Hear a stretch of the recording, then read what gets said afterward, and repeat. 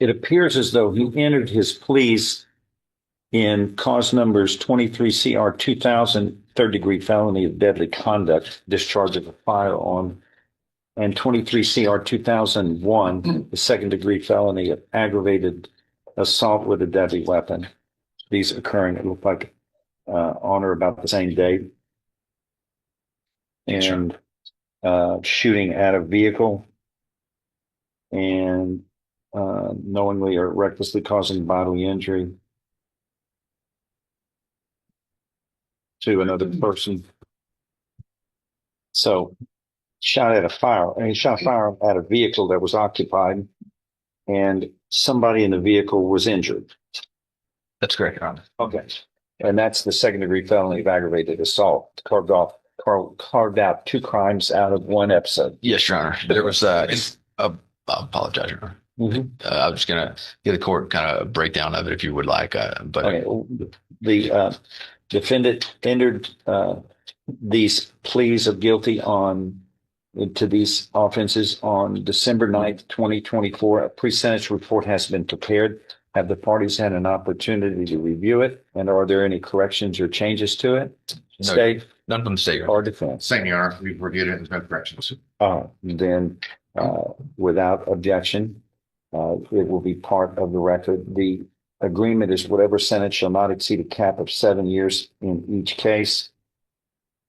Yes, sir. So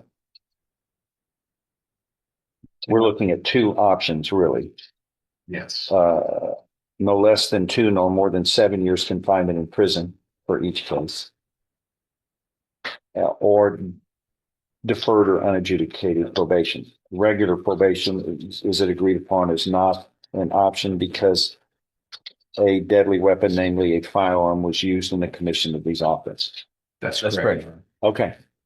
Go ahead. Your Honor, I do have a letter that my client has prepared for you if you want. It is evidence or have him read it later or wait. Whatever you want to do. Do you want to read it or you want to? Okay, we get that point. Hold on a second. We'll wait to get to one. So like me to go first or the state? And again, you are Cameron Jace Smith. Yes, Mr. West is here representing you and the state's attorney is here. So, okay, go ahead. Your Honor, we are going to be requesting the probation, the deferred probation, in the sense that this is my client. He doesn't have any prior convictions, or felony convictions.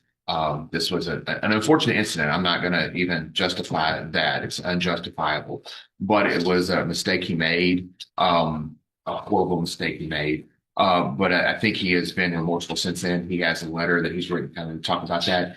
I would like to call him as a witness and have him explain some stuff to you. So you can raise your right hand. You solemnly swear or affirm any statement you make during this hearing will be the truth, the whole truth, and nothing but the truth. So help you God. Yes, sir.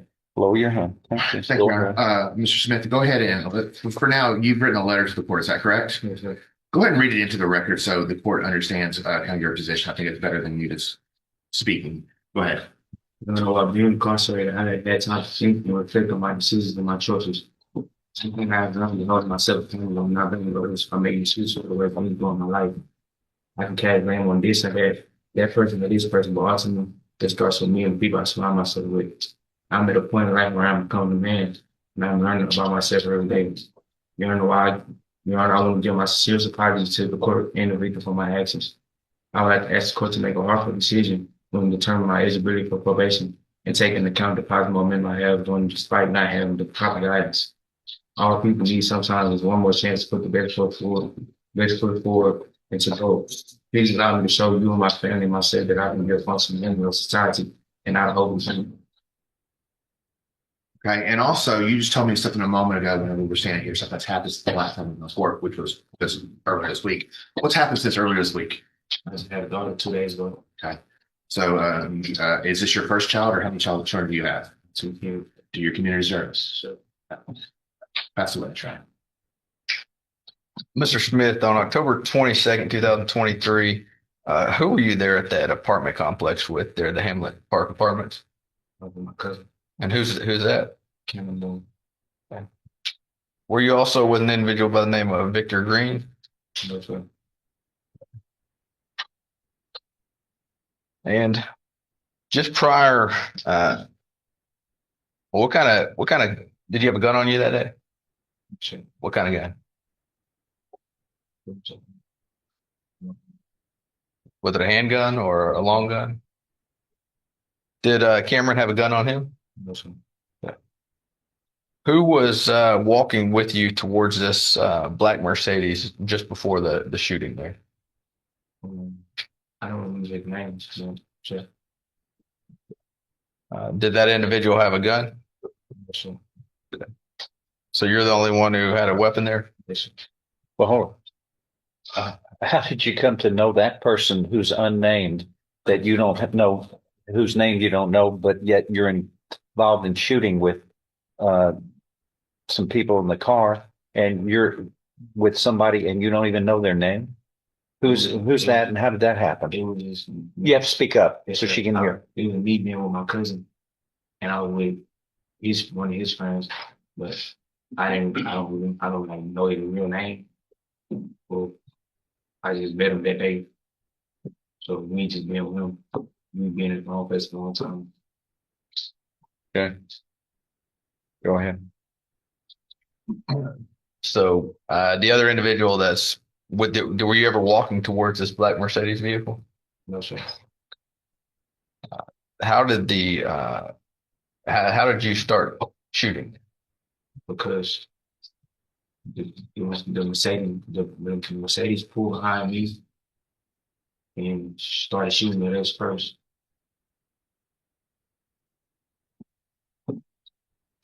I have no further questions, Your Honor. Real quick, I just don't want to clear something up, Your Honor. I think that it's clear, but I want to make sure. This other individual that you don't know, it was a friend of your cousin's, correct? So you were there with your cousin. Yes, sir. Okay. So you just met this person that day. Yes, sir. Okay. Not a friend of yours, not a relative of yours, or you had no contact except for the fact that he was your friend of your cousin. All right. That's on us. Nothing more. Nothing further. No other question. So, where'd you get your firearm that you were shooting at the car with? Think about it. From Frank Houston. Who? Um, He's a friend of yours. You don't know his name? his name is Josh Moore. Hmm? Josh Moore Where does he live? from Houston. Look, I know 2 million people are in Houston. Where in Houston does he live? From Southwest Houston. Okay, so why did you have a firearm with you? At 19, you're 19 years of age when this happened, right? Yes, sir. Then what are you doing carrying around a firearm shooting at cars? Is it something to do in Beaumont? No, sir. Oh, I don't think it was a good decision either. I looked at all the paperwork here, and um, we found all kind of guns where he was hiding: a rifle, handgun, shell casing. Who had the rifle? Y'all had a rifle. Who had that? That's the when the Mercedes started shooting at me first. You know what I mean?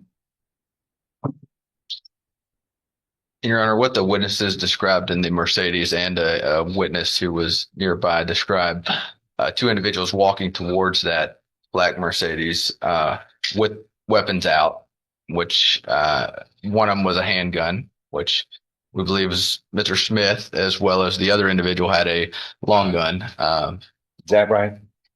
No, sir. Nobody had a long gun? The only two people that had long guns, the two people that came out the Mercedes shooting at us. You know. I'm sorry, but you had a gun. Yes, sir. And Your Honor, the witnesses who were in the Mercedes said that they pulled near a dumpster turnaround there, which one of the individuals in there lived at those apartments, and they saw Mr. Smith as well as a Victor Green, who had formerly dated one of the individuals in the car, walking towards them with guns. The two males in the back of that black Mercedes jumped out with guns as well, which were long guns. And they said that I'm sorry, it was Faith Simon as well as the complainant here, Jayla Charlotte.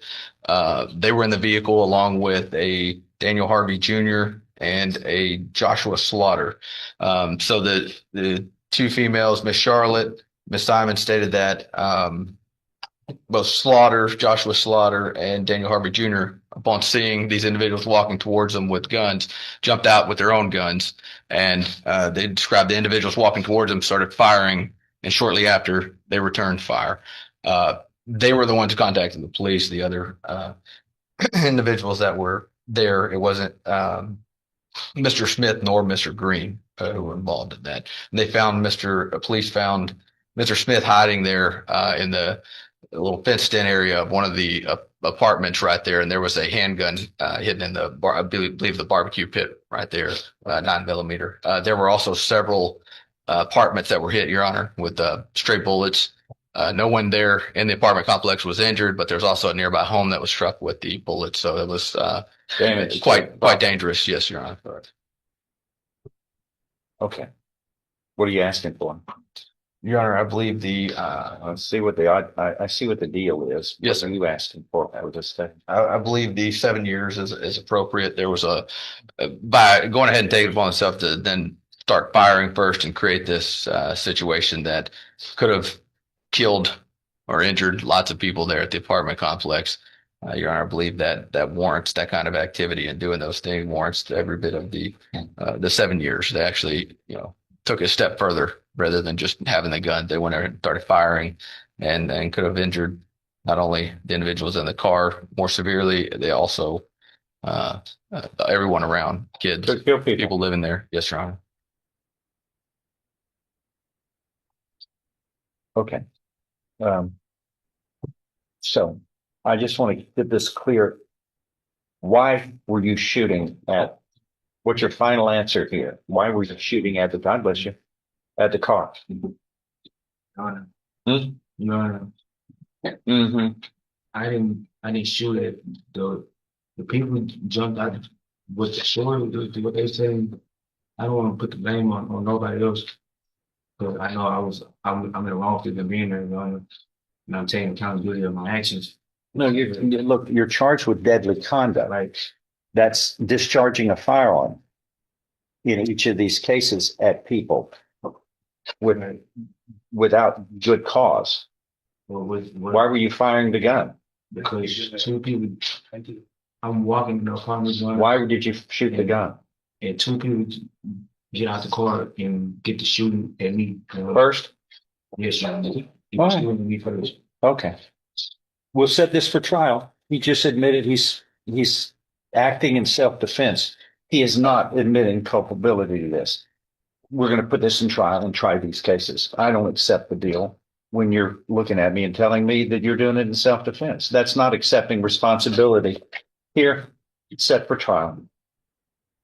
That deal is off. And just like that, the plea bargain collapsed. Smith had agreed to plead guilty to firing at an occupied vehicle, but when pressed, he insisted it was self-defense, that the men in the Mercedes shot first. The problem: judges don't accept guilty pleas when a defendant claims justification. By refusing to take full responsibility, Smith's bid for a capped 7-year sentence vanished in seconds. Now, instead of probation or a limited term, he faces open trial on 2 felony charges: deadly conduct and aggravated assault with a deadly weapon. With witnesses, stray bullets striking apartments, and even a nearby home hit, the risks are enormous. A conviction at trial could mean decades, not years. The bigger question remains: was it reckless gunfire in an apartment complex, or a young man truly defending his life?